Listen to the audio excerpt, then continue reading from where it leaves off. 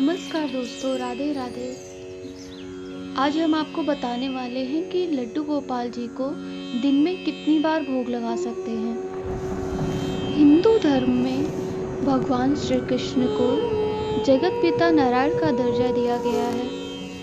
इसलिए जो भी नारायण के भक्त होते हैं वो अपने घर में लड्डू गोपाल जी की मूर्ति जरूर रखते हैं, क्योंकि लड्डू गोपाल भगवान श्री कृष्ण के ही बाल स्वरूप हैं।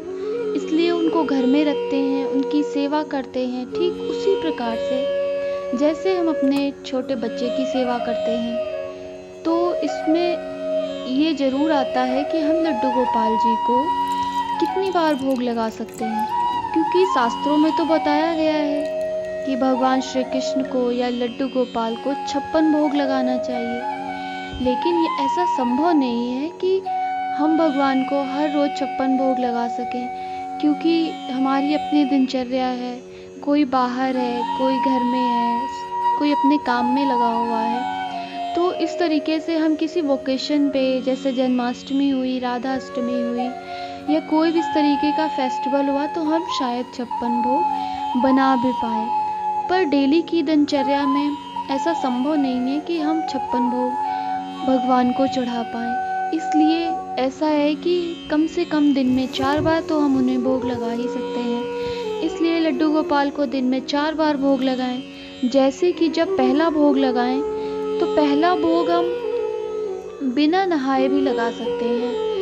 पहले भोग लगाने से सर्वप्रथम सबसे पहले हम लड्डू गोपाल जी को घंटी बजाकर प्यार से उठाएं। उसके बाद दूध गर्म करें, हल्का गुनगुना दूध लड्डू गोपाल जी को चम्मच से पिलाएं। उसके बाद वही दूध हम चाहें तो चाय बनाकर पूरे घर में प्रसाद के रूप में ग्रहण कर सकते हैं। तो ये हमारे लड्डू गोपाल जी का पहला भोग हो जाता है, जब लड्डू गोपाल जी सुबह सो के उठते हैं। के बाद जब हम दूसरा भोग भगवान को चढ़ाएं तो इसके पूर्व हम अपने पहले स्नान कर लें, मंदिर की सफाई कर लें।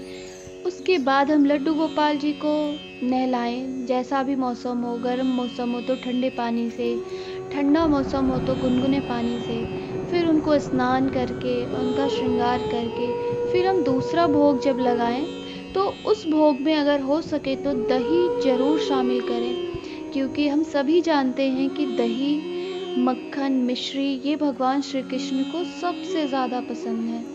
तो अगर आप इस चीज़ का, दही का, मिश्री का, मक्खन का भोग भगवान को समर्पित करते हैं तो उसका आपको अलग से ही एक अलग सा ही फल मिलेगा, क्योंकि भगवान उससे अधिक प्रसन्न होते हैं और उनको दही सबसे ज़्यादा प्रिय है। आपको एक विशेष आशीर्वाद भी प्राप्त होता है भगवान से। लड्डू गोपाल जी को नियमित दही चढ़ाएं।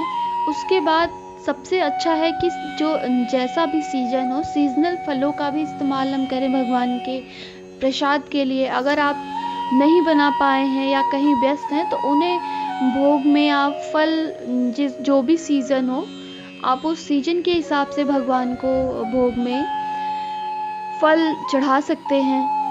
और अगर सर्दी का मौसम है तो आप चाहें तो लड्डू गोपाल जी के लिए पूरे हफ्ते भर का प्रसाद आप बना के रख सकती हैं। जैसे कि सभी जानते हैं कि बच्चों के लिए, बड़ों के लिए हम लोग ड्राई फ्रूट्स के लड्डू बनाते हैं सर्दियों में।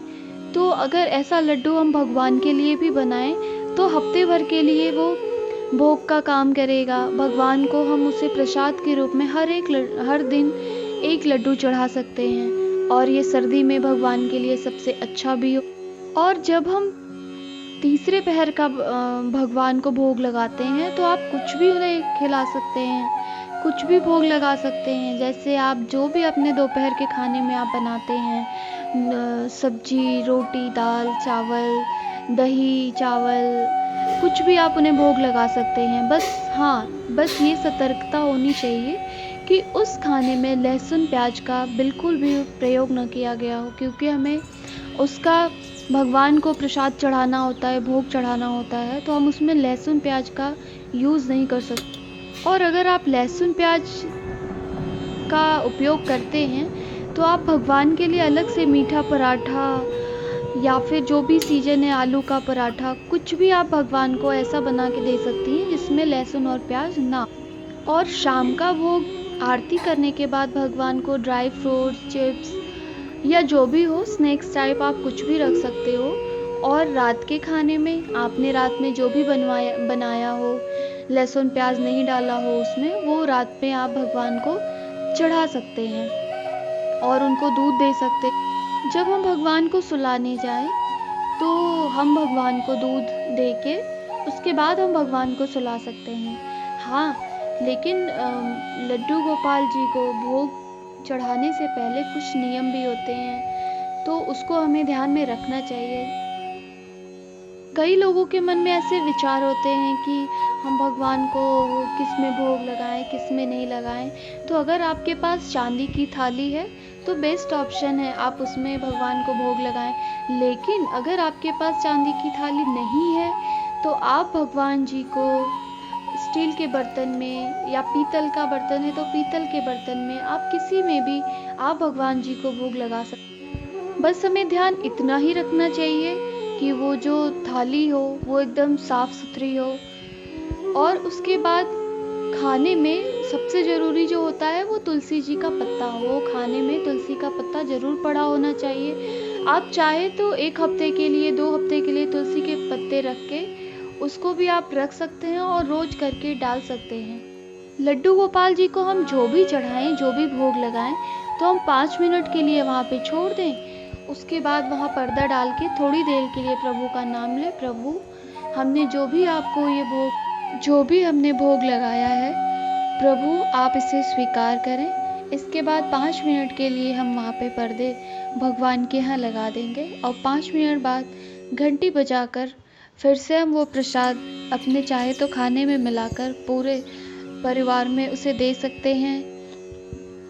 आपको अगर ये जानकारी थोड़ी सी भी अच्छी लगे या आपके काम आए तो प्लीज़ चैनल को लाइक, सब्सक्राइब और शेयर करना ना भूलें। राधे राधे। जय श्री कृष्णा, जय श्री हरिदास।